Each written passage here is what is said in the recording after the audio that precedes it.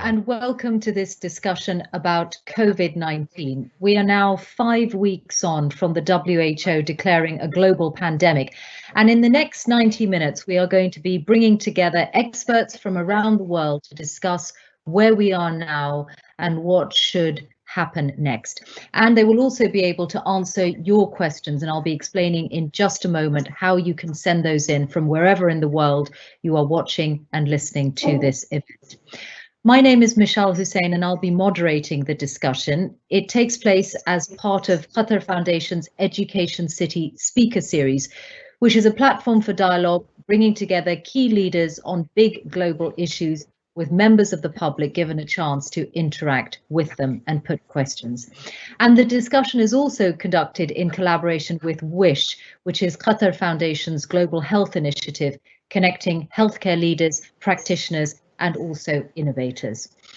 Before I introduce our 7 contributors, our 7 experts, you do have the opportunity to follow this discussion by using subtitles in English and also in other languages, Arabic, French, Italian, and Chinese. Should you wish to do that, you can go to the settings icon in the bottom right-hand corner of your screen, and you can choose your language there and the option for subtitles on your screen. Also in the bottom right-hand corner of your screen, you will see the Ask a Question blue icon, and that is where you will be able to put your contribution, your comment, your question to the contributors at any part in the discussion, and I will come to those in due course and ask the contributors to answer them. Just one word on the questions, please do put your question through in English because that is the conversation that is common to all the speakers. So let me now introduce them to you. Delighted to be joined by Dr. Ahmad Al Ari, who is the WHO's Regional Director for the Eastern Mediterranean, a region which covers from Morocco to Pakistan and including the GCC countries. Welcome, Dr. Al Ari. Thank you very much, Michelle. Thank you. And also with us is another WHO Regional Director, Dr. Matsu Sheedy, who looks after the region of Africa, 47 countries in all, and a warm welcome to you as well, Dr. Moeti. Thank you. Thank you very much. Pleased to be here. Joining us from Geneva is Dr. David Nabarro, the WHO's Special Envoy on COVID-19. He has been a familiar figure on the airwaves over the last few months, and he carried out a similar envoy role for the UN during the Ebola outbreak in 2014. Thanks for taking the time, Dr. Nabarro, to be with us. Thank you very much indeed. Good day, everybody. Joining us from Doha is Dr. Saleh Al Mari, who is the Assistant Minister for Health Affairs at Qatar's Ministry of Public Health. His brief includes emergency preparedness and response. Hello to you, Dr. Al Mari. Assalamu alaikum and good afternoon to all. Wa alaikum salam. And with us from Milan is Rosella Miccio, President of the NGO Emergency, which has provided free healthcare to millions of people in fragile countries since it was founded in 1994. She joins us from Italy, where the organization is running clinics and is setting up a field hospital in Bergamo. Welcome, Rosella. Thank you very much. Have a good afternoon, everybody. Dr. Jerome Kim is with us from South Korea, Director General of the International Vaccine Institute. Its work on COVID-19 includes developing an evaluation platform for multiple vaccine development groups. And clearly there is a lot that we all need to know and look forward to learning about your work. Dr. Kim, welcome. Thank you, Michelle, and good afternoon. And with us from Taipei is Dr. Sue Hong Wang, President of the Taiwan Nurses Association, which has nearly 70,000 members. And she is also a professor at Kaohsiung Medical University. Welcome to you as well, Dr. Wang. I think you'll need to unmute your microphone for us, Dr. Wang, but I can see you're with us, so that is great. We will come to you in a moment. So this event is going to be a mixture of discussion between the speakers, my questions, and also your questions, which are already coming in from around the world. Remember to use that Ask a Question button to contribute your thoughts. Let me turn first to a couple of regional perspectives. So Dr. Ahmad Al Ari, from your position as Director for the Eastern Mediterranean, assess the impact of the virus today on the region. What are you seeing? What are you concerned about? Bismillah ar-Rahman ar-Rahim. Thank you very much, Mishal, and thank you, colleagues. It is my great pleasure and honor to be in this platform. And thank you very much for giving me the chance to join this important discussion. As you all know, the Eastern Mediterranean region is composed of 22 countries. These countries have a variety, at different levels of strengths when it comes into the healthcare system. From the first moment, WHO, made aware about the outbreak of this disease in China end of last year. It has moved into all directions, and the regional office, in close collaboration with the headquarters and country offices, with close collaboration as well with the health authorities in each individual member state, have been preparing ourselves for this sort of outbreak. This preparation have been strengthened and went in a more stronger manner, particularly after the announcement of Dr. Tedros about this disease to become, as a pandemic in second week of March. Currently, 22 of the 22 countries we have reported cases that vary from 1 case to thousands of cases. A number of them have also reported deaths. We are working very closely with the healthcare authorities in each individual country to look at what possible ways, to make sure that whatever outbreaks happening, either individual cases or small clusters or multiple clusters or community transmission, is controlled and contained through different measures that have been recommended by WHO. Thank you, Dr. Ahmad Al Ari. Dr. Moeti, can I turn to you for a similar perspective from your vantage point across those 47 African countries? Where is your greatest concern at this point in time? Yes, thank you very much. Our greatest concern, in fact, is that the virus has spread to virtually the entire region. So only 2 small countries out of the 47 have not yet reported confirmed cases. And regrettably, those tiny countries actually at the moment do not have testing capacities. We're working very hard with the governments to avail them of the necessary equipments and test kits, but they do not have cases yet. In addition, we have a number of countries, about 9 countries, where we have geographic spread beyond the capital cities, where these cases first came in, were imported mainly from European countries. And we also have a rapid increase in numbers in countries recently, like Niger and Chad. So we have quite a large number of countries where the virus has spread beyond even the existing testing capacity in our countries. Because if I may speak to the question of testing, at the beginning of the outbreak, early in February, only 2 countries had the capacity to detect this virus in our region. We've worked very hard with governments. Now we have virtually all the countries except the 2, but this testing capacity is concentrated in the capital cities. So there is a great need to expand beyond the capital cities, not only as far as testing capacity is concerned, but also the other public health actions, the surveillance, contact tracing, isolation capacity, and of course to prepare very much for case management.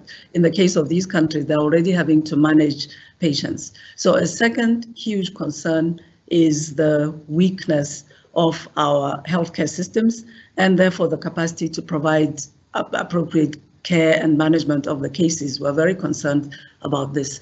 And then thirdly, our big concern is the shortage of critical supplies that these countries need to carry out their response to this outbreak in terms of equipment, personal protective equipment for healthcare workers. We know that we have the weakest health systems if we look at certain indices globally in the African region, the largest number of countries with challenges in their health systems. So these are some of the concerns that we have. And then finally, if I may add, that the governments are doing a lot of work informing the public about what they need to do to protect themselves. But hand washing is a challenge in some of our settings where people simply do not have access to running water at home. So these are some of the areas, some moving beyond the health system, that really need strong intervention at the level of governments with our support. Yes. Thank you very much. Very useful to have those two snapshots of your regions. Let me turn then to the global overview from you, Dr. David Nabarro, with your role as the WHO Special Envoy on COVID-19. You have been immersed in this now for months. At this point in time, what are the key challenges on the virus and to the WHO's capacity, especially given the US President's comments in the last 24 hours about funding? Thank you very much indeed. First of all, I'd like to really acknowledge and respect the important roles being played by the regional directors in the Eastern Mediterranean region and also the regional director for Africa. And I was listening just now to Dr. Tedros, the Director General, when he was saying very clearly that his big concern is the way the virus is advancing in poor countries and communities all over the world, causing massive headaches, not only because of the disease itself, but also because of the impact of containment measures that are now being practiced to ensure physical distancing, affecting more than half the world's populations. It's a very difficult challenge for all governments. How can you ensure that people are not getting poorer as a result of containment, whilst at the same time ensure that there is not widespread suffering and death as a result of the virus? What Dr. Tedros is saying is that there is just one basic necessity everywhere, which is we take this virus seriously and that we detect cases, isolate them, treat them, trace their contacts, quarantine them, and protect those who are most vulnerable. And we have to have that capacity in every society all over the world, because this virus is not going to go away. It's a thoroughly dangerous virus. We're learning about it all the time. So what are the challenges? As we've heard, it is poor countries and poor communities. I have to keep stressing that. They're not able to do widespread virus testing. They're not able to protect their health workers because there's a shortage of protective equipment. They're not able to hospitalize all their cases. And at the same time, they're really suffering because now there's an increase in numbers of people who are short of food. And with Ramadan just a few days away, this is a real hardship for so many people in so many places. So how are we going to deal with this? Number one, we've all got to get very, very clear on what elements need to be in place to emerge from lockdown and not be faced by huge increases in numbers of cases. Number two, what's happening in the rich countries really matters, because if they've got large amounts of virus, it gets exported to the rest of the world, and it therefore becomes a source of stress for other countries. They can't go on closing their borders and yet at the same time restart their economies. Thirdly, and perhaps most importantly, global cooperation. This is a global pandemic. We mustn't spend too much time looking backwards. That can be done later when the history is written. Right now, we have to work together in solidarity at community level, inside countries and between countries. Without solidarity, we won't win.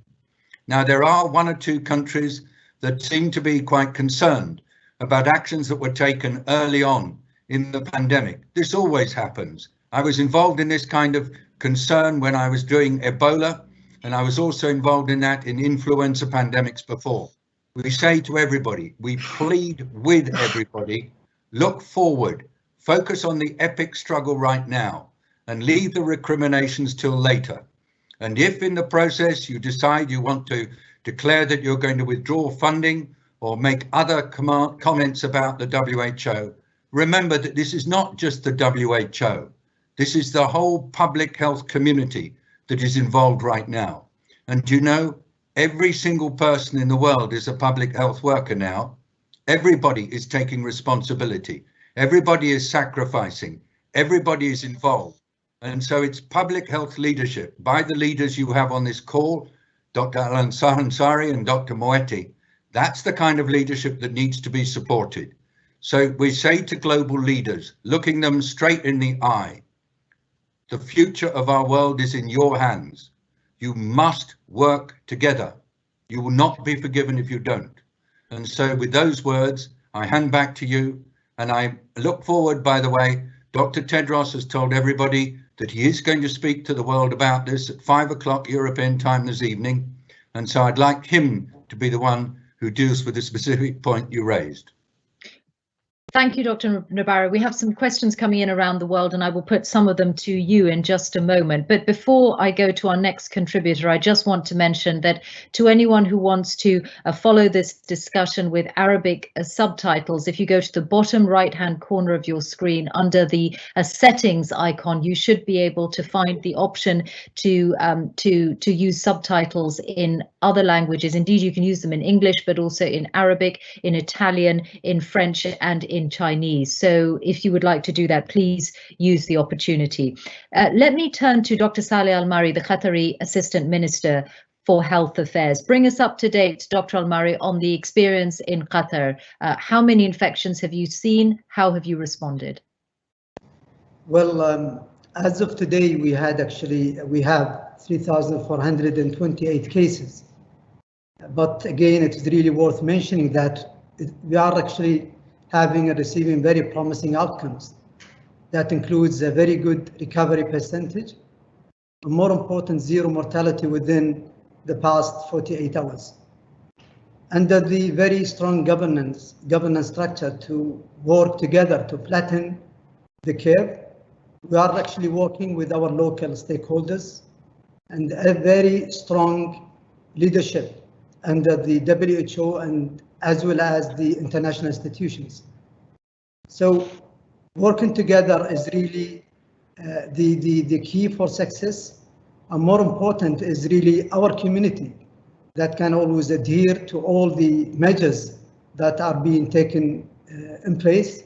So we need actually to not to say that our heroes are only the front liners, including the healthcare workers, but I would say that our superheroes are those within the community as individuals, as families, whenever they abide with hand washing, social distancing, wearing masks, and so on. So these are really as part of the thing that actually we pay attention to, because again, it's really global collaboration, global health, and more important is really realignment of our community and whatever the healthcare workers and other stakeholders are doing together.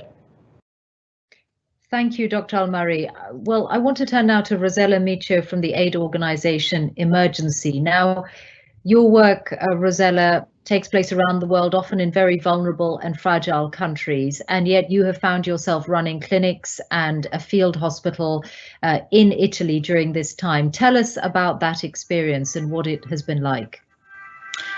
Well, good afternoon, everybody. Yes, Italy has been the first European country that has been hit by this tsunami at the end of February. So we were, of course, very much concerned worldwide because we work in several countries that have a lot of links with China. So we immediately tried to put in place measures to strengthen the IPC control in the hospitals, like in Sudan, Afghanistan, Sierra Leone. But at the same time, we tried to understand how we could be helpful in Italy as well, starting from the most vulnerable groups, because what we realized immediately was that in a situation where, rightly so, the government is telling to people to stay home, it's very difficult when you don't have a home because you are homeless. or if you have to call a doctor when you have symptoms, but you don't have a doctor because you are a vulnerable person, we tended to focus on supporting these people. So we started to develop surveillance measures for shelters in Milan, particularly for migrants, asylum seekers, unaccompanied minors, homeless people, and we're talking about 3,000 people, more or less, only in Milan city itself. Then we tried to support those who are staying home, so the elderly people, and through a network of volunteers we've been delivering groceries, drugs, primary goods to these people in order to make sure that they could stay safely home. And then a month later, let's say mid-March, we were, let's say, also surprised to be requested to intervene supporting the health system of the region, particularly in Bergamo, where we were requested by the regional authority and the civil protection to contribute to the establishment of a field hospital that was set up in 2 weeks' time. So it was really a huge effort, and it's now running since 10 days, more or less, and our team is in charge of the intensive care beds within the facility, which was one of the major problems that our developed strong health system had to face since the beginning. Thank you so much. I can imagine it must be such a shock to see an advanced healthcare system like Italy so badly affected when so much of your experience is in countries with very different numbers of resources. Let me turn then to Dr. Wang in Taipei from the perspective of the Taiwan Nurses Association. Of course, in Taiwan, if I can ask you first, Dr. Wang, to give the overview, Taiwan had a much better experience than Italy's in its ability to combat the virus. What made the difference in Taiwan? Thank you, Michelle. After SARS, Taiwan government immediately put in place a preparedness plan for infection control and raised public awareness and promoted active epidemic response policies.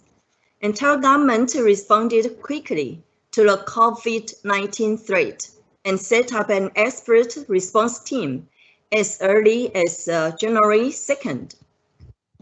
On January 15th, COVID-19 was classified as a notifiable infectious disease. And on January 20th, the Central Epidemic Command Center was established to cope with the pandemic.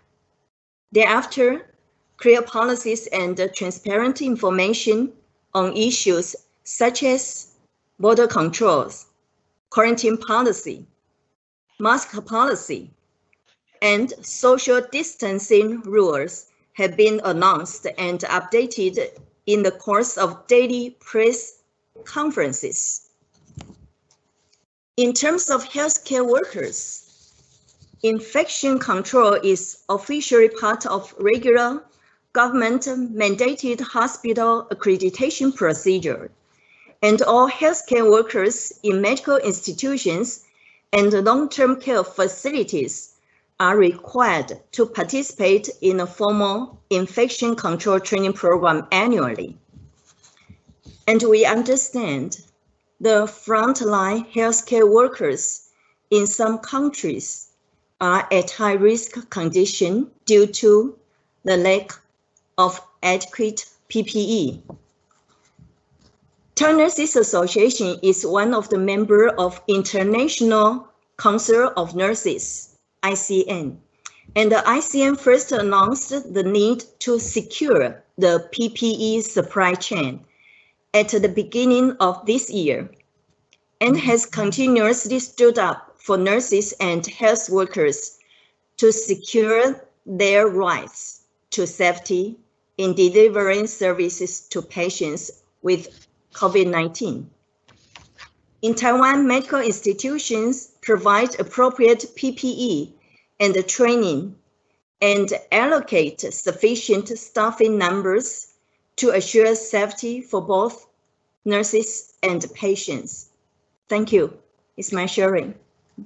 Thank you, Dr. Wang. We have a question that's come in about the availability of PPE for nurses, which I will come to in a moment. But before that, I want to turn to Dr. Jerome Kim from the International Vaccine Institute, joining us from South Korea, because of course, this is the news that everyone wants to hear about. How close are we to a vaccine? Can you bring us up to date on the likely time frame and how many candidate vaccines you think we'll have? So it's a question that we've been asked many times over the past several weeks. And, under normal circumstances, we would say 5 to 10 years. And the average cost for vaccine development is $1 billion. Under the not normal circumstances of the COVID pandemic, I think that we are looking at accelerating the development of vaccines to 12 to 18 months. And that's 12 to 18 months till the proof of concept, that is, to the proof that one of the vaccines, or maybe several of the vaccines, actually protects against infection and disease. But it doesn't actually take into account yet the time it will take for a national regulatory authority, say the EMA or the FDA, to review the dossier and approve the vaccine. It doesn't take into account the time it will take a body that recommends vaccines for use, such as the ACIP or the WHO SAGE, to actually put a recommendation forward for use of the vaccine. And it really doesn't address the question of when we'll start manufacturing the vaccine, so that after approval, so with a standard vaccine, as a company is doing phase 3, they're actually starting to ramp up the ability to produce the vaccine so that when it is approved and recommended, vaccine can be sold or marketed. Under the circumstances of this pandemic, as we're working with relatively small companies, how are we going to make sure that we have vaccine available when it's approved? And how are we going to make sure that the timing of that availability coincides with the approvals that are given, the recommendations for use? So that's another question that we will have to wrestle with. And then there's a question of access. Now, who's going to get the vaccine first? And these are questions I think that we need to address now. We have to think about them, because if we think about them only when the time comes for the vaccine to be used, we are not going to be able to find agreement. So we really need to prioritize groups that need to be vaccinated, countries or regions where need is greatest, and the world has to come to a decision about how to allocate the first batches of vaccine. Hopefully, when we're looking now at billions of doses of vaccine being required, we're going to probably have to have a lot of manufacturers. So right now we're looking at a portfolio of vaccines, and many are very early, and some have finally entered, or not finally, actually, in a very expedited manner, entered human clinical trials.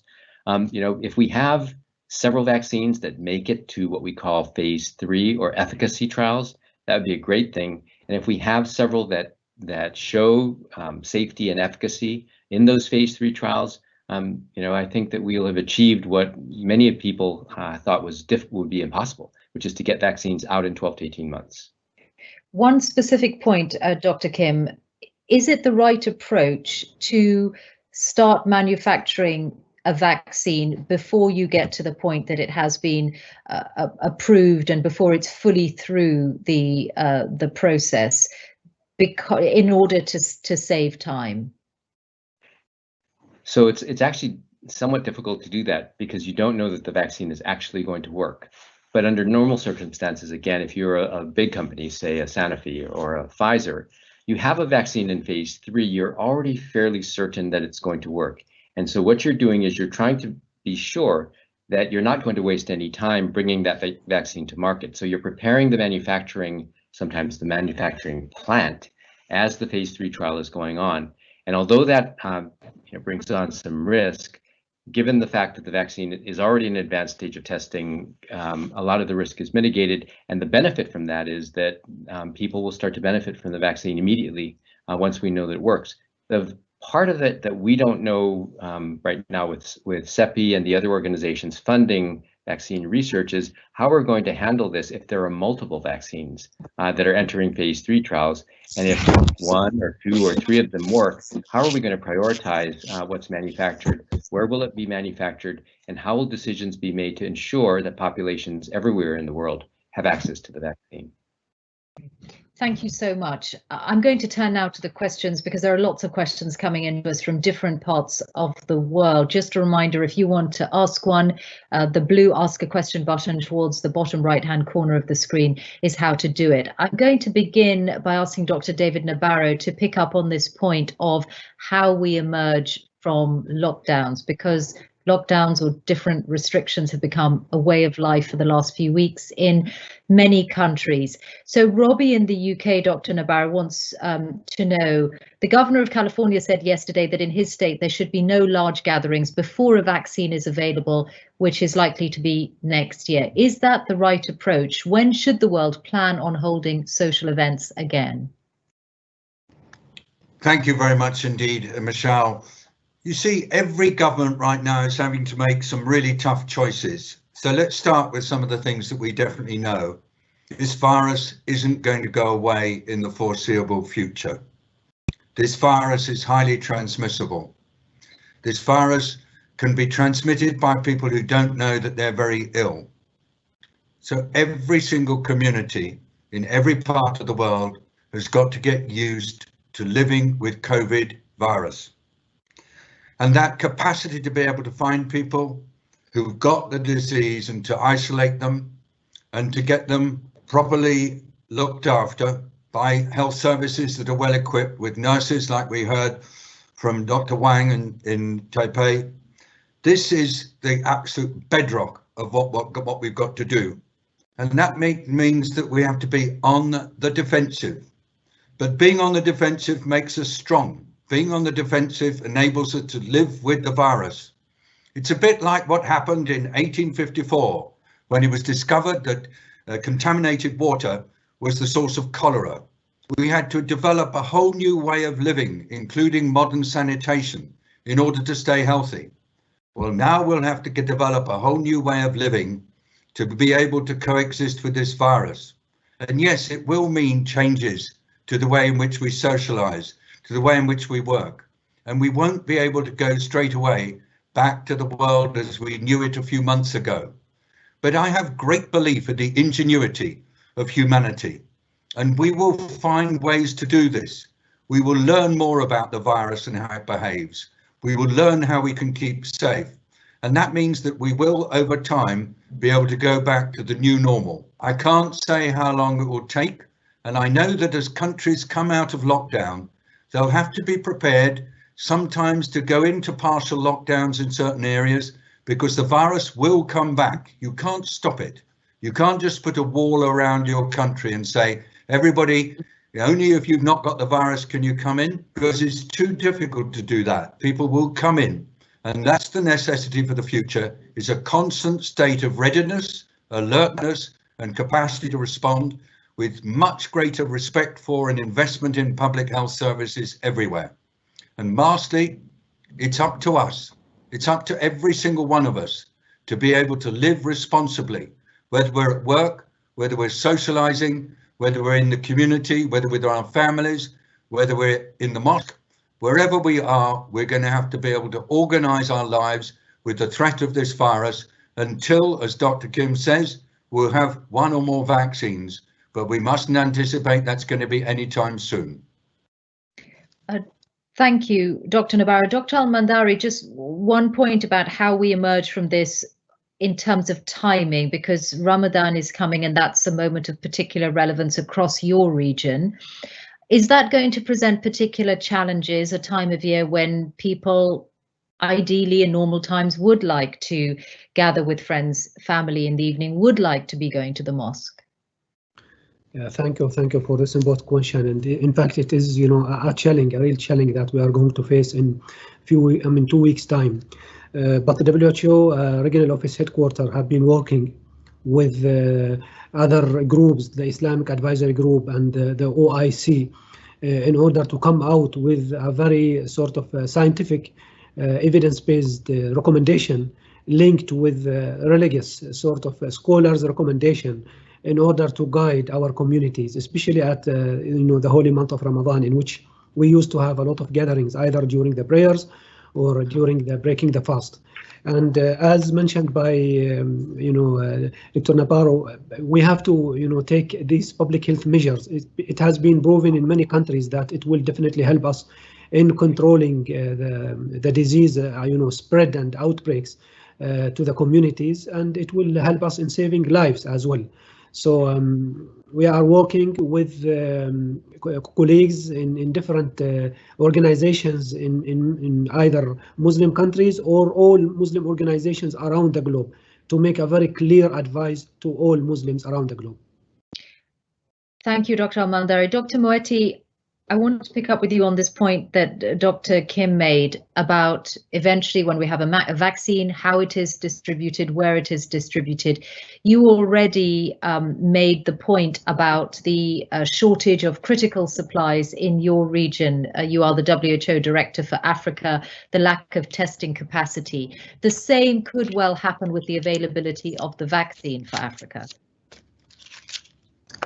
Yes, we very much hope and expect from previous experience that the sort of global solidarity that has been in place to enable African countries to have access to vaccines, including some of the new vaccines that are being made available to the poorest countries, will prevail in the context of this COVID-19 vaccine.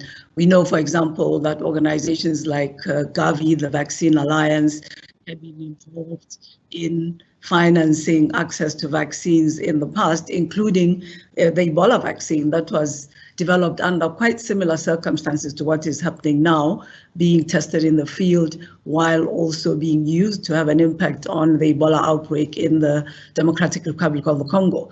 So it's very much our hope that we will see this. We are working very hard with African countries to help them as well to make the decisions to invest in their health systems and also to invest in their capacity to deliver vaccine. So I would hope very strongly that these principles would prevail in this very acute moment for the whole world. Dr. Kim, you wanted to come back on that? Yes, actually, I had a question for Dr. Nabarro, if I may.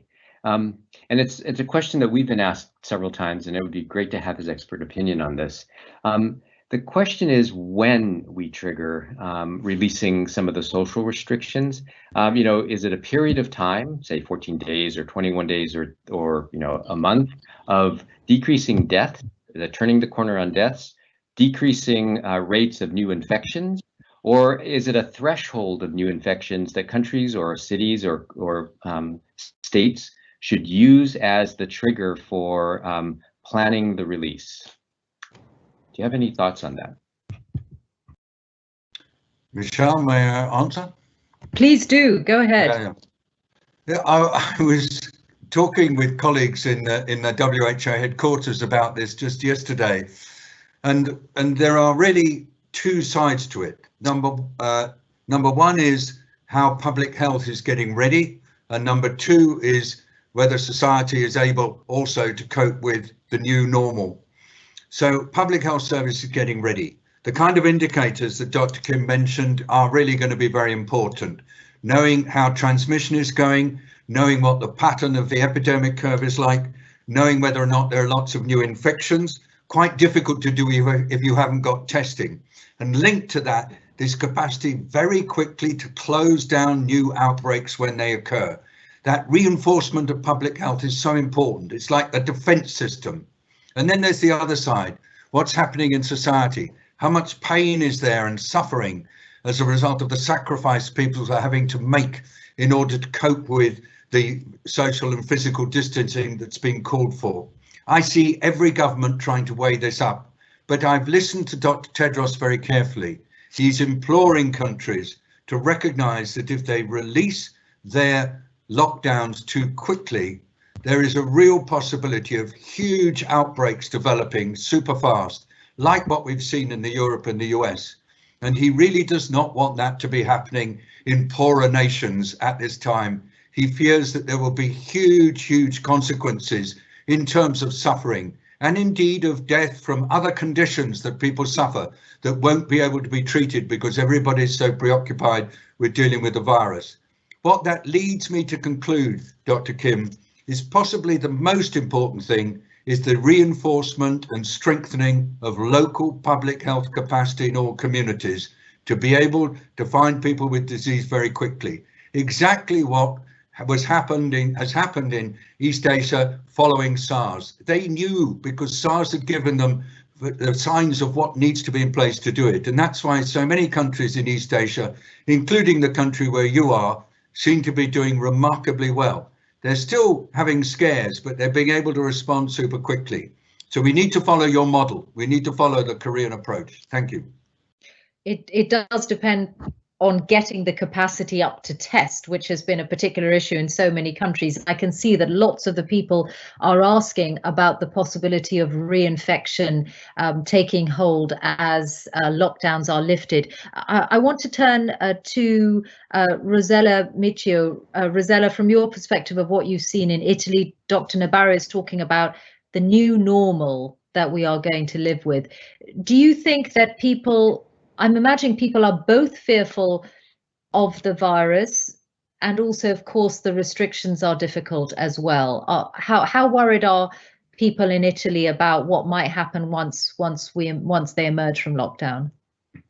Well, this is one of the big discussions going on around Italy now, also because we have a regional system, so each region is trying to put its own opinion into the discussion. But I really think that in this particular situation, a centralized decision-making process is what we really need, because also if you take into consideration what has happened in Italy and how differently regions have been impacted, you can see really that we really need one very clear message that has to be given. And I think that people are willing to respect and to follow what is requested by the authorities, because we could not expect what happened here. I mean, we have health workers, we have ordinary people that are really destroyed by the sufferings that they've seen in the past 2 months.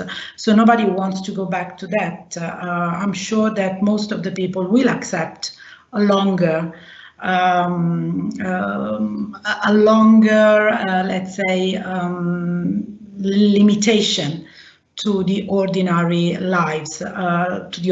So I think that it's that also the differences between European countries can create problems, because if the information and messages and policies are not clear, people get confused. And if people get confused, then the differences between the different social groups can become bigger. The gaps can become deeper, and it's going to be more and more difficult to go back to a new normality. So this is why it's very important to keep everybody in the loop, to take into consideration that a community is made of every single individual, and that we really should follow as much as possible the messages and the indications that are given at international and national level. Okay, I want to turn to Dr. Al Ari and then to Dr. Wang before I come back to Dr. Nabarro, because we only have a few minutes more with him before he has to leave us. Dr. Al Ari, from the Qatari perspective as the Assistant Minister for Health Affairs, on this point Rosella made about messaging, what has been the hardest message to get across in Qatar about this? First of all, I would like actually to echo what has been said regarding the public health strengthening. I'm really in line with this. But again, we need actually to expand on the acute and intensive care services, knowing that we have lots of hospital-based and hospital-acquired or needs actually when it comes into beds and so on. So I think we need actually to strengthen, but also to explore the expansion and also to be ready for the worst scenario. With the messaging, knowing that this pandemic is something new. It's new to everyone, young and old, men and women. So despite the active engagement using different channels, and also the challenges, knowing that Qatar is really has the diversity of culture, knowing that we have almost more or equal to 87 nationalities. It's really making it difficult to us to get the maximum of our public compliance, and especially to the public measures. But always we believe in our resources when it comes into our communication team, and this means it's not really health, but also at the nationwide. They have really made lots of innovative and tremendous efforts. In addition, and this is really a very clear message to everybody, I should say that, and I'm really 100% sure that we here in Qatar, we trust our community, honestly, to adhere. Yes, we are hearing different voices, but really looking at the majority, I think we are really hearing that everyone is really abiding with all measures. Yes, there is a challenge when it comes into approaching Ramadan. Yes, there are actually many of psychological impact on people staying at home and doing things that are not really usually do. So, but we have actually took a step ahead, creating a platform, supporting people with psychological issues, and also approaching our scholars, the Islamic or the Muslim scholars early on, and sitting with the Minister of Awqaf or the Islamic Affairs, sharing all of our beliefs, our measures, and they are really understanding the situation, and they are really very supportive and also very innovative in different ways. It's not only really mosques, but also breaking fast, giving foods, charity, so lots of things, socializing, mass gathering. I hope that the way that we are really doing it and making people ready for receiving Ramadan with a different mindset, and also lots of innovative methods and different ways to live Ramadan. Maybe yes, it's really an opportunity to do it differently, sitting with families, doing lots of things that we are not really doing yes, during the past years. Thank you, Dr. Al Ari. I want to turn to Dr. Wang now, because we've had a question in from a nurse in the Philippines called Romnik. There is a global shortage of personal protective equipment, or PPE, that can endanger health workers, especially nurses. How does the Taiwan Nurses Association provide assistance to nurses regarding the scarcity of PPE? As much as you know, we learned from SARS. Because of insufficient PPE, some healthcare workers died from that time. So, lesson from SARS, the government has accumulated a pre-stockpile of PPE, provide enough surgical masks for front healthcare workers to protect themselves. And we have some ban on export of surgical masks from January 24. And I think PPE, including gown, goggle, clothing, but surgical mask is very important right now. So we have a very good policy for mask export and produce. And we, I think right now we allocate a mask to every citizen through name-based rationing system purchase, because I think we have this mask control to assure the healthcare workers and the nurses have enough sufficient surgical mask to taking care of the patients. So in addition to increasing the mask production, the government has continued to prepare the stockpile of PPE, including isolation, protective gowns, and N95 respirator for medical and public healthcare workers. Yes. That's fine. Thank you. Thank you, Dr. Wang. I want to turn back to Dr. David Nabarro now, WHO envoy, special envoy in COVID-19, because we have a few questions for you, Dr. Nabarro. Can you start with this one, which is about data? A couple of people have asked questions about why the recovery percentages are so low in some countries and so high in others. Now, we know some countries have tested more than others, but the question is, should WHO be doing more to encourage standardized metrics so a better comparison can be made? First of all, yes, we totally understand that there are differences between countries, and colleagues are exploring these all the time. And you're quite right that there are variations in testing, which means that the denominator, if colleagues know what that means, i.e. the bottom number when you're working out a rate, is very variable. Most important thing that we're saying is that there is now a growing level of experience about the various strategies for treatment that are most likely to succeed. And wherever possible, we suggest that people do follow recognized clinical protocols rather than perhaps more experimental protocols. We think that they offer the best chance of success. And so the second thing is, once again, and I want to keep stressing this, everything depends on the degree to which different authorities within countries and then authorities between countries collaborate. We can't get standardization of measurement and approaches and then compare if there's not some degree of willingness to standardize and to work together. And so that's an extra reason why I plead for in-country coordination like Rossella just mentioned, and for between-country coordination like Minister Al Ari mentioned. Without coordination, we can't get standardization of data. Without standardization of data, we don't know how the world is progressing. Another question we have here, this has come from Her Excellency Lolwa Al Khater in Qatar to you. In very simple steps, can you please describe the South Asian countries model that you just lauded? Thank you very much indeed. Step one, every single person in the country has to know what the issue is, has to understand what they have to do, and has to be responsible and to be sure that they're part of a total community response. And we're hearing about this in this webinar. This is what's happening in many places, including in Qatar. Secondly, you must reinforce what we call public health. Now, that's not hospitals. That's the people who work at community level, who go around and find people who are ill and who make sure that they're isolating properly.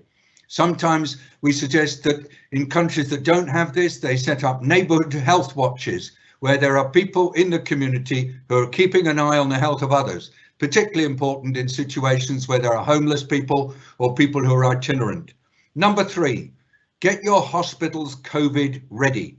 And of course that means, as we heard from Dr. Wang, having the masks, having the protective equipment, but also having the beds with the isolation units and the necessary ventilators and other treatment, because you never know when you're going to get a wave. And to make sure that capacity in there is absolutely crucial. Number four, have the whole of government, every single part of government, every one of the different political parties, if you've got a multi-party system, working together as a coalition, treating this as a national emergency, so that as and when it's necessary to shift policy quickly because there's a sudden outbreak occurring in a particular place, instead of having arguments about it, you just get to work, you work quickly, robustly and rapidly, and contain outbreaks when they happen. Then life can go on. Then the economy can restart. Then we can continue to socialize, albeit in a much more careful way, but we don't have to stick in this current state forever. I hope, Your Excellency, those points are reasonable. I'm very happy to follow up privately, if it could be helpful, with an email or sending documents to you. But the Southeast Asian experience, is really, really important for all the rest of us to follow. Thank you for setting it out so clearly. I'm sure that will be appreciated, Dr. Nabarro. Now, Dr. Moeti, there are a couple of questions that have come specifically either from your region or relating to your region in particular. So here's one of them. There are many poor countries which do not have basic protective measures against COVID-19, no clean water, not enough health services. What are the appropriate measures they could use to safeguard their population as they can?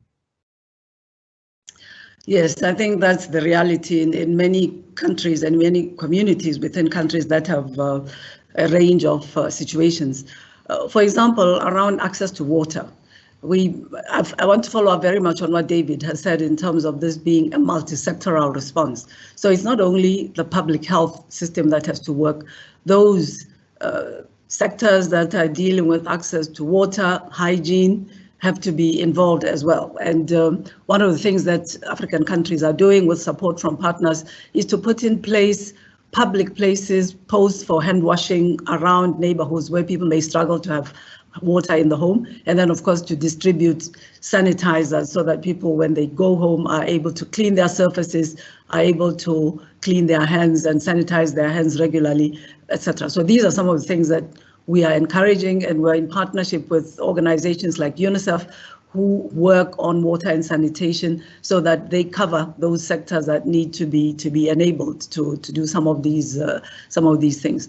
It is very difficult in some circumstances to do physical or social distancing simply because of the types of dwellings people might be living in. We are thinking about additional measures, and we advise that where it might be helpful, people might use homemade masks, because also masks are difficult to get, but it's our responsibility to make sure that we advise on how to do this safely, how to have a supply of masks that can be changed or discarded so that that does not in itself become a source of infection. So we are needing to innovate. We're needing to adapt these public health measures to the context in which, sometimes very difficult context, in which they have to be carried out in some African settings.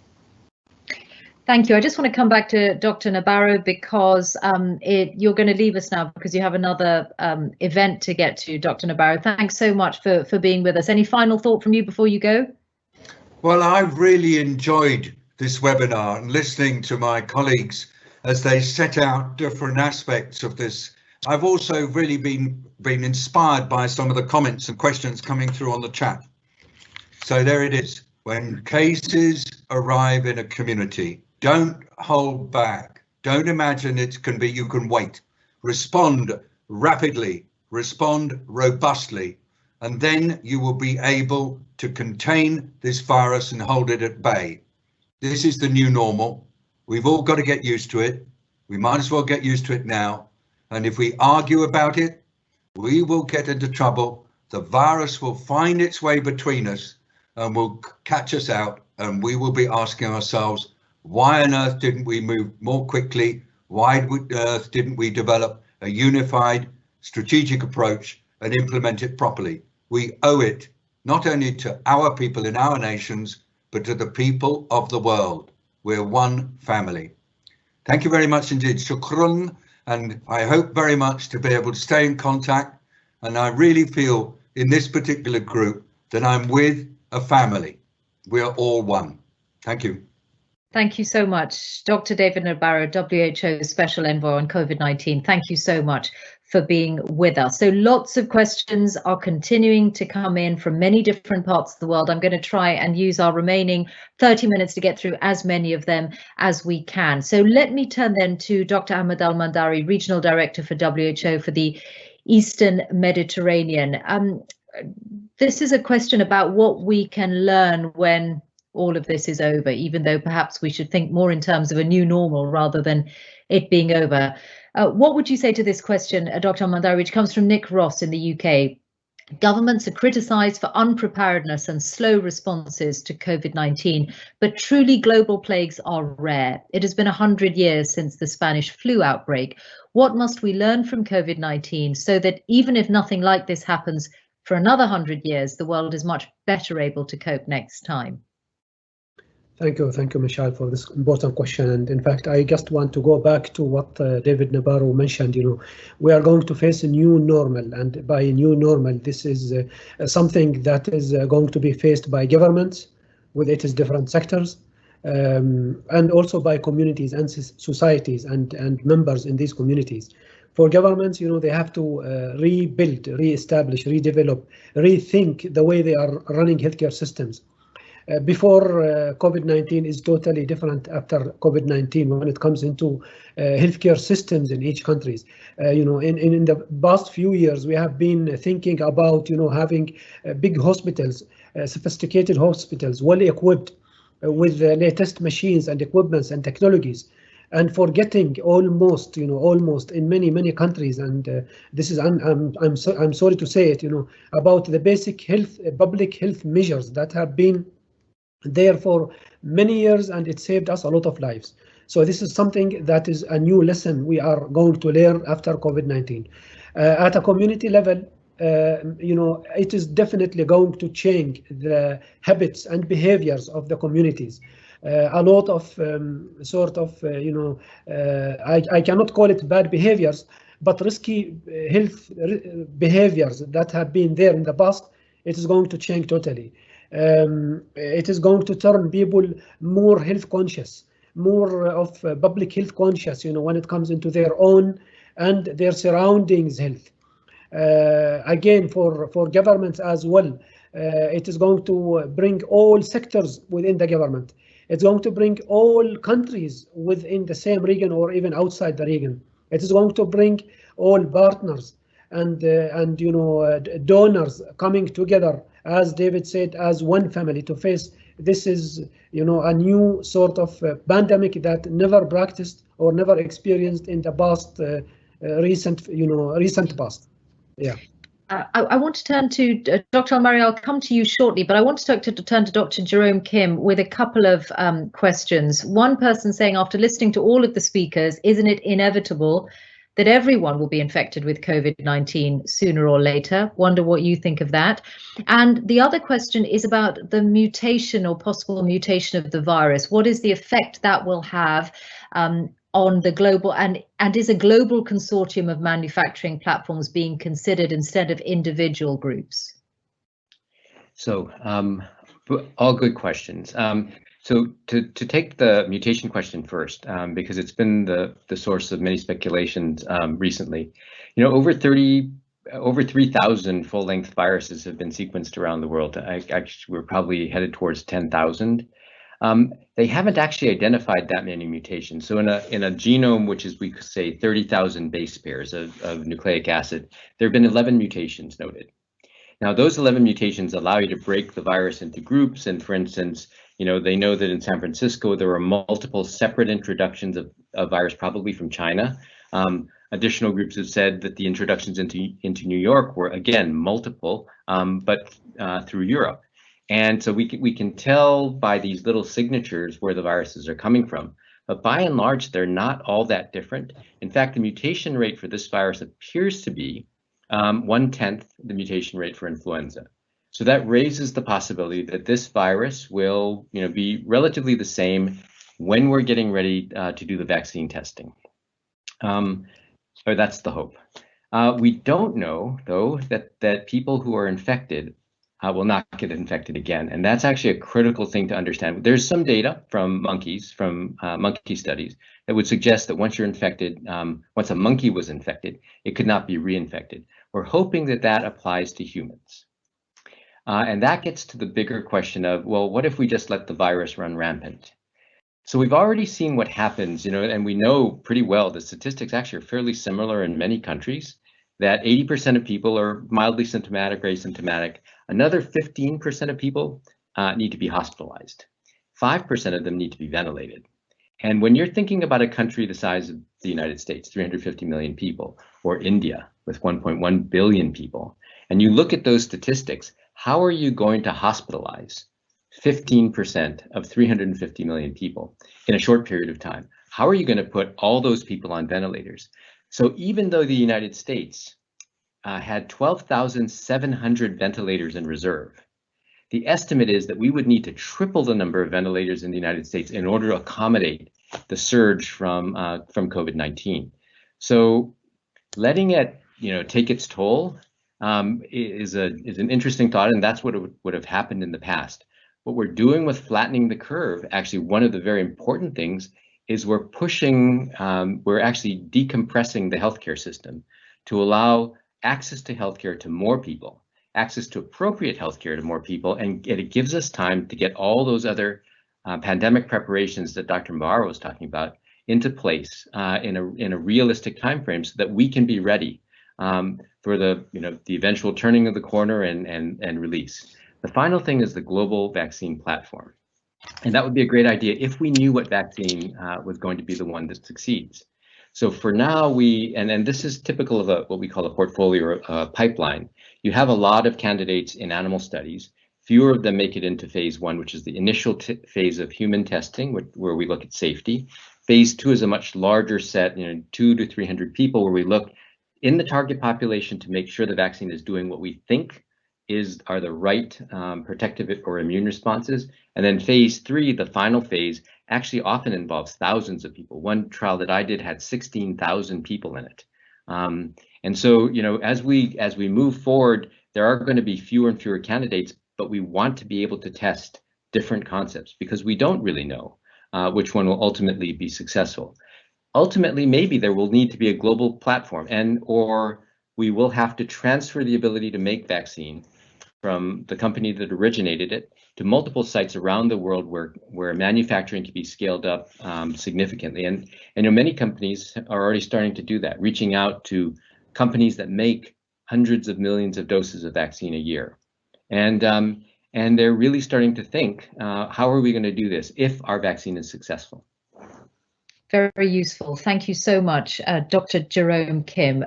Dr. Saleh Al Ari, I wonder if you want to say something about the work that Qatar is doing to support vaccine development. And I also want to put this question to you, which has come from Qatar, from Sayed, who asks the following.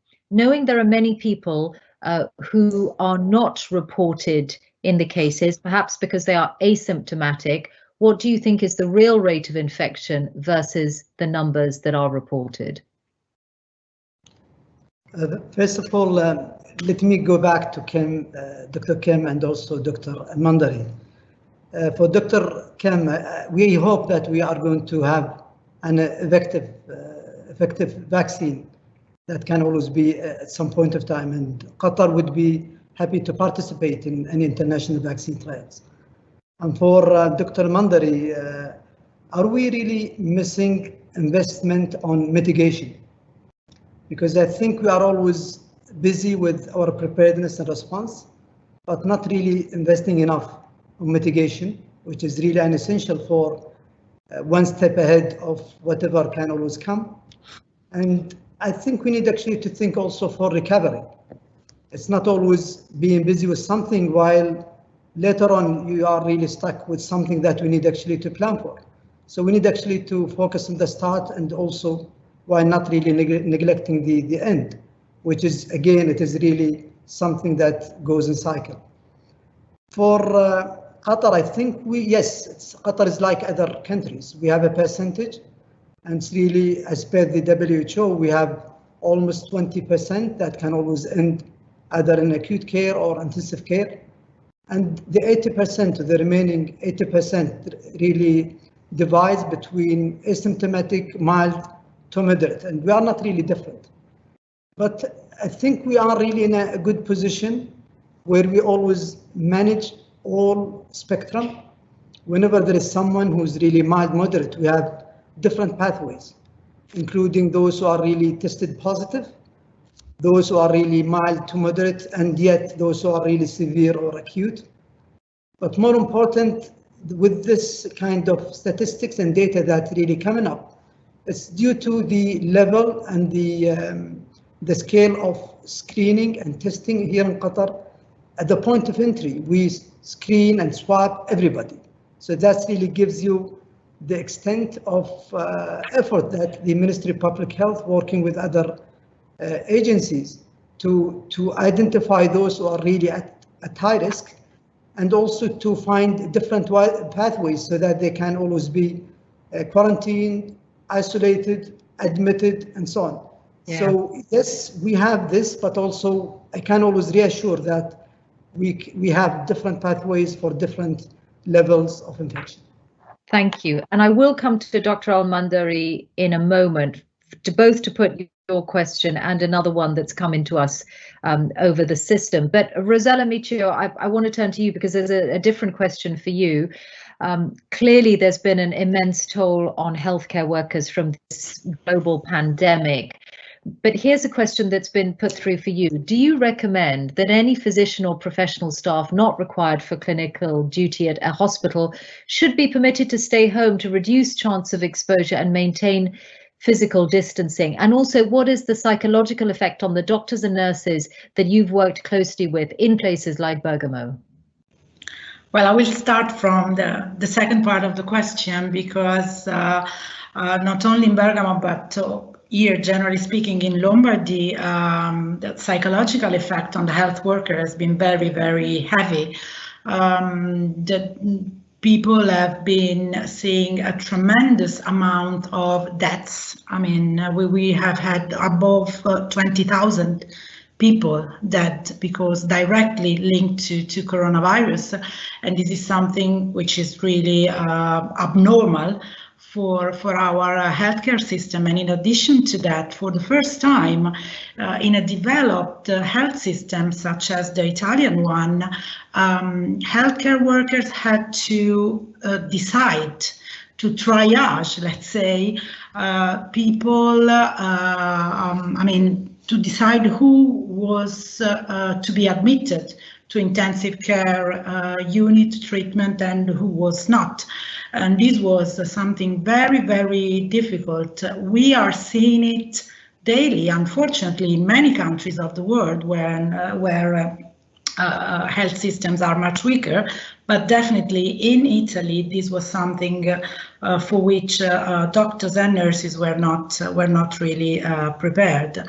Then, of course, everybody should stay home as much as possible, of course. But at the same time, I think that with the due protection and by implementing proper IPC measures, everybody can be helpful. I mean, we are training hundreds of volunteers, for example, to deliver, as I was saying, like groceries or drugs to people that are staying home since more than a month, and none of them got infected. Why? Because they were doing it in a proper way, following the rules within a coordinated system. So of course, everything can be done, but it has to be done in a proper way. And I also think that we should start sharing best practices, not only in Italy, but perhaps worldwide.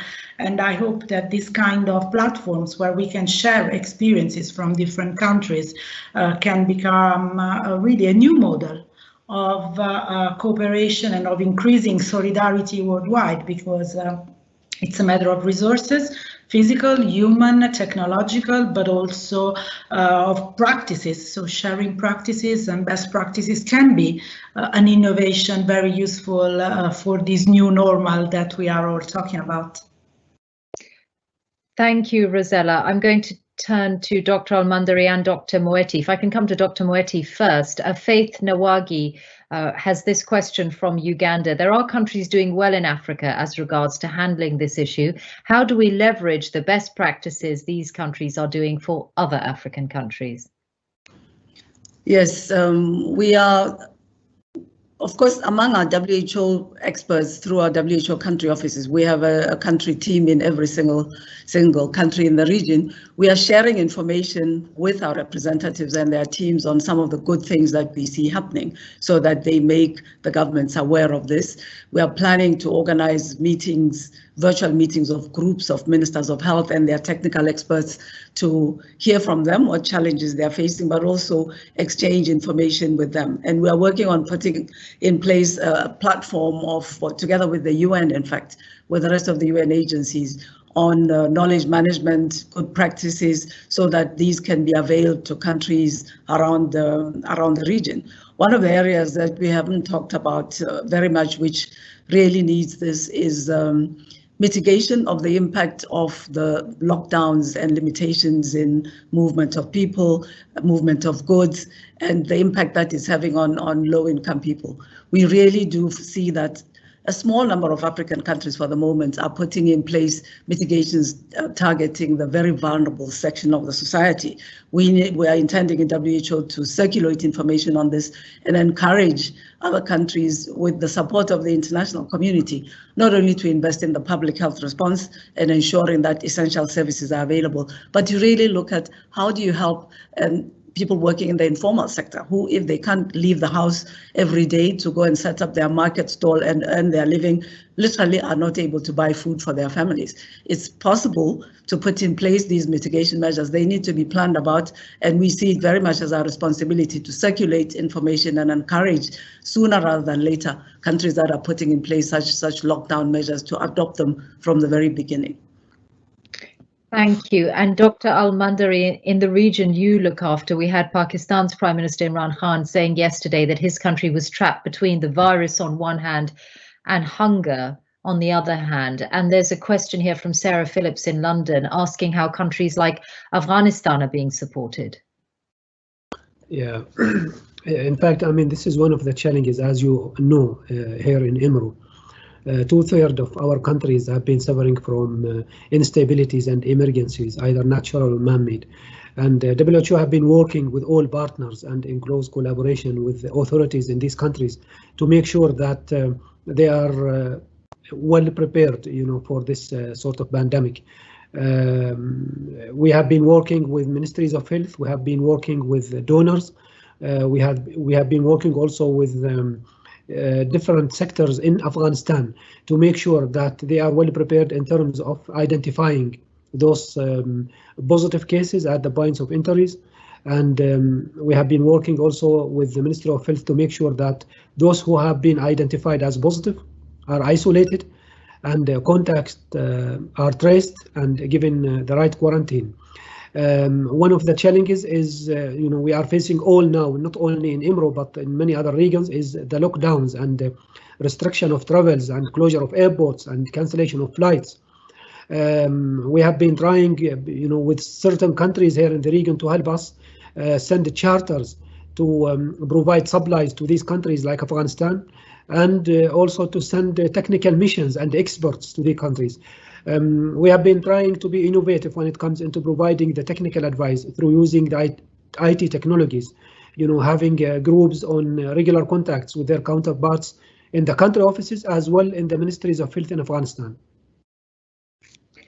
Thank you so much. Dr. Wang, I want to turn to you next, Dr. Wang from the Taiwan Nurses Association, because we have a question from Tamer Shukri for you about how we should encourage an expansion in the numbers of medical workers, whether doctors, nurses or support staff, over the next 6 to 10 years. What do you think also the impact will be on the perception and appreciation of the profession of nursing? I think we have seen the many warm and spontaneous messages of thanks and gratitude from the public broadcast on television stations across social media, I think worldwide and also in Taiwan. So this positive social atmosphere and positively, support all the frontline healthcare workers, including nurses and physicians.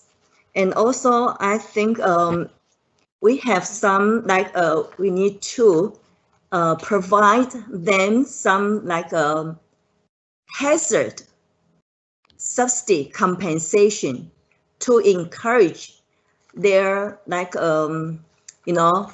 caring in the front line for this COVID-19 patients, and give them maybe in the long run, we need to give them some mental support, social support, especially designed resilient program for them.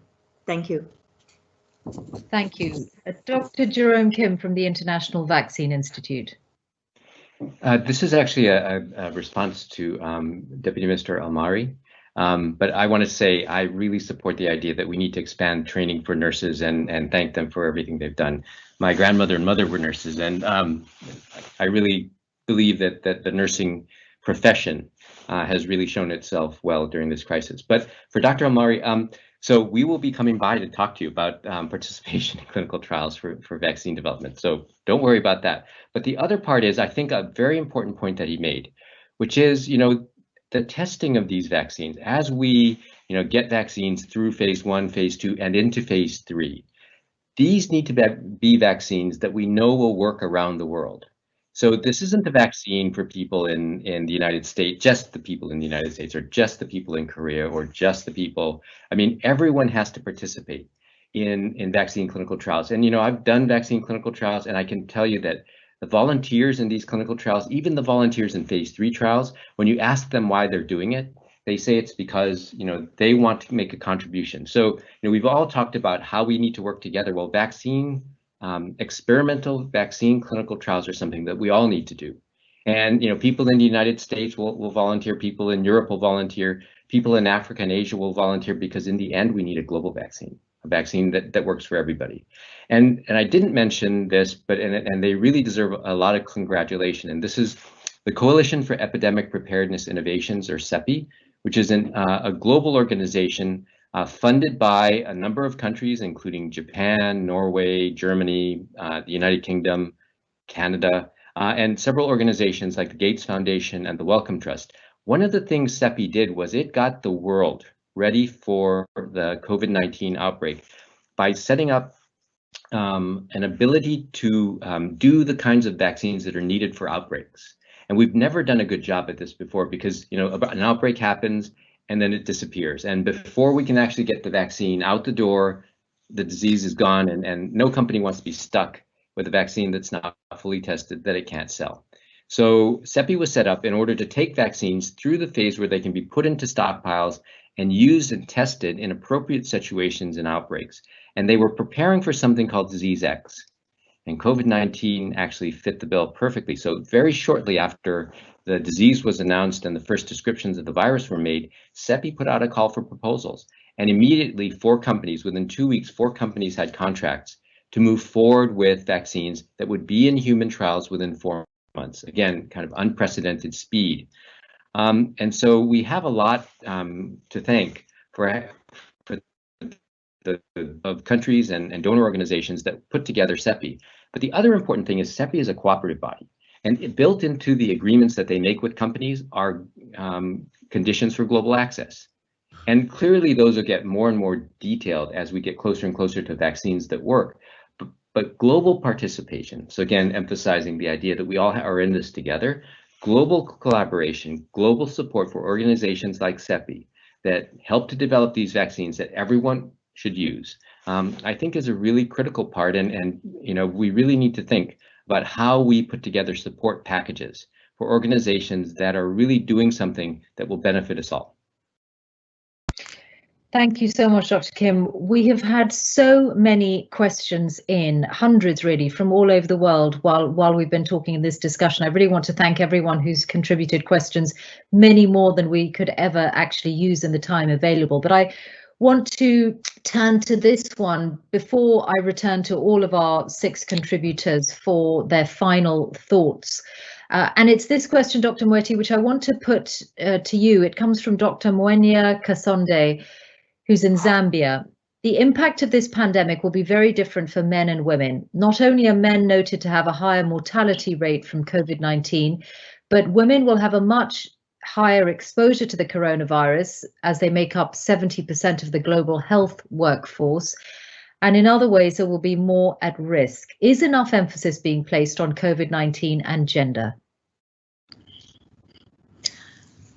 Yes, I think we are catching up with the fact that there will be gender differences in how people are affected by the COVID-19 COVID-19 pandemic, and starting to work with, again, I'll refer to our partners in the UN and some of the organizations, particularly the women's organizations that are concerned about this, so that we place the correct emphasis on this, and that the strategies that are being implemented in countries take into account that men and women will be affected differently, and particularly that women will likely be much more exposed because of their caring roles, not only as healthcare workers, but as care providers in families as well. So if somebody is ill in the family, it's very likely to be a woman who is called upon to care for them. This is something that we're working to integrate into the strategies that governments are developing. And I'd like to very much encourage those groups that are involved in issues to do with gender equity and specificities of gender around development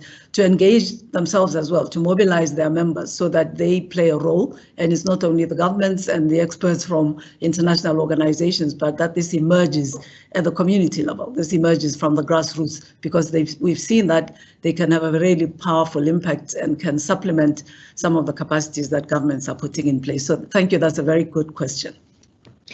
Thank you. And Dr. Al Ari, we haven't really talked about treatments, and obviously, you know, there is no accepted treatment or certainly cure for COVID-19, but there is a lot of talk about using existing drugs, or whether things like the BCG vaccine might protect people to some extent. What would you like to say about treatments or the use of existing drugs on this? Thank you. In fact, WHO, through its experts, have been following what is shared in the news for the last few weeks about the introduction or the use of some of well-known medications like chloroquine and some other antiviral medications on patients from different countries. And also it has been followed through its expertise, the use of plasma in some countries as well. Based on these sort of experiences, some have shown positive impact on those sick patients who came out in a very safe manner. But still, WHO is not yet, sort of announced a very specific medication that can be used to treat COVID-19. And, collection of data, analysis and review of these trials on different countries is undergoing. And hopefully, soon we will be able to give the right advice on any specific medication that can be used safely. Thank you so much. So we have 5 minutes left, and I want to turn to each of you and just ask you for a very brief, final thought on where you think we will be on the pandemic in 6 months' time, either in your country, in your region, or relating to your area of expertise. So just a brief final thought from each of you. Dr. Al Ari, what do you think? Oh, I think we'll come back to you, Dr. Al Ari, because we need to, your microphone is muted, I think. Can you unmute it?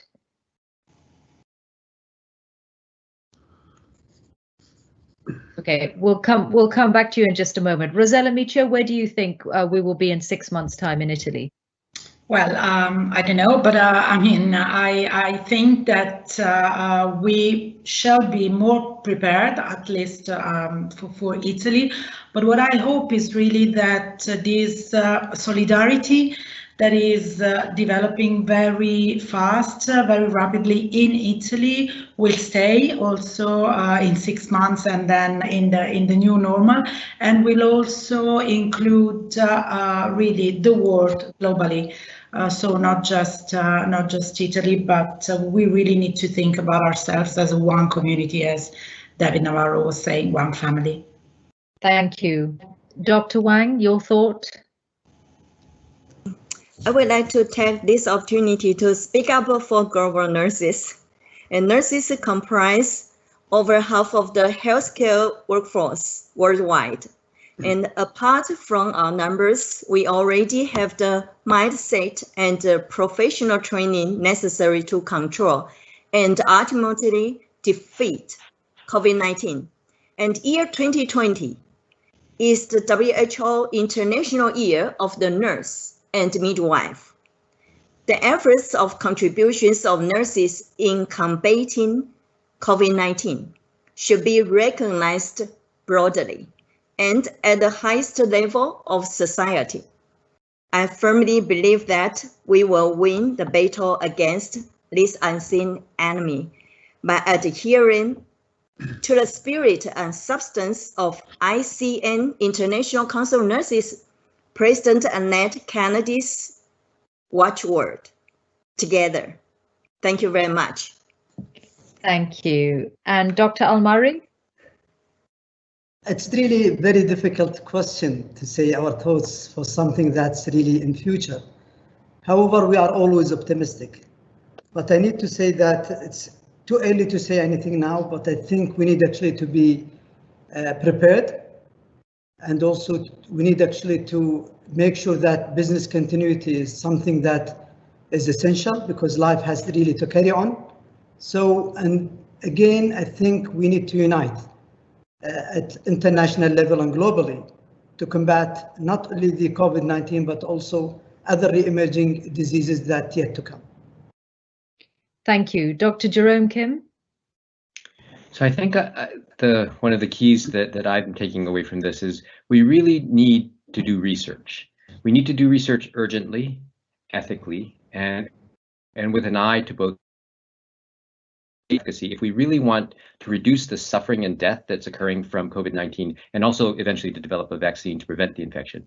But I think the emphasis on global efforts, and this not only extends to the sharing of information, the sharing of data, but as countries are emerging from their own COVID-19 crises, we have to look around the world to see what other countries are suffering and what the gaps are in care, surveillance, treatment in those countries. And why? Because I think that as long as we have COVID epidemics raging in parts of the world that are unchecked, then all of us, all the countries in the world, remain at risk for reintroduction of the disease. So really, this is a global response to a global pathogen. And unless we really can get together and control it together, then the pathogen will continue to threaten countries around the world. Thank you. Dr. Moeti? Yes, a tough, challenging, and interesting question. First of all, I have to acknowledge, I think there will have been a lot of suffering in African countries as we see the numbers of cases increasing and the level of preparedness of the healthcare systems. This is a reality. But secondly, I think we will have been able to learn very much from the experience of a range of countries across the world and be taking on board those lessons to apply in a very challenging context of African countries. And I just like to echo what Dr. Jerome said. I'm optimistic by nature, and I think we will see a much stronger global solidarity emerging around many issues, including ensuring that those countries without the industrial capacity to produce critical items are able to import them in countries. I see this emerging. So what I hope to see in African countries is by 6 months from now, hopefully we'll have peaked in a number of countries. We'll be applying the lessons from many countries, and we will have very much strengthened the capacities to face up to this pandemic and learn for the future to invest in the healthcare systems in peacetime when we don't have a pandemic or an epidemic. Thank you. And lastly, Dr. Al Ari. Thank you, Mishal. And before I give my answer to your question, I would like to express, our sincere thanks and gratitude to all healthcare workers around the globe. Last week we have been celebrating the World Health Day, and as mentioned by Wang, it is the year of nursing and midwives, and they are our heroes. They are our frontliners, and they are in the fire and facing the fire, saving lives. So God bless them, and we are with them all the time. Answering your question, as my colleagues mentioned, this is a new virus. It is a new pandemic. We don't have the full picture about it, and still, day by day, we are learning about the dynamics of this virus.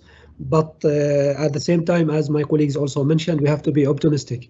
Optimistic if, countries sort of followed one concept and one approach that have been recommended by all scientific bodies, including WHO. The approach of the whole government with its different sectors, governmental and non-governmental sectors. The approach and the concept of the whole society, at different levels.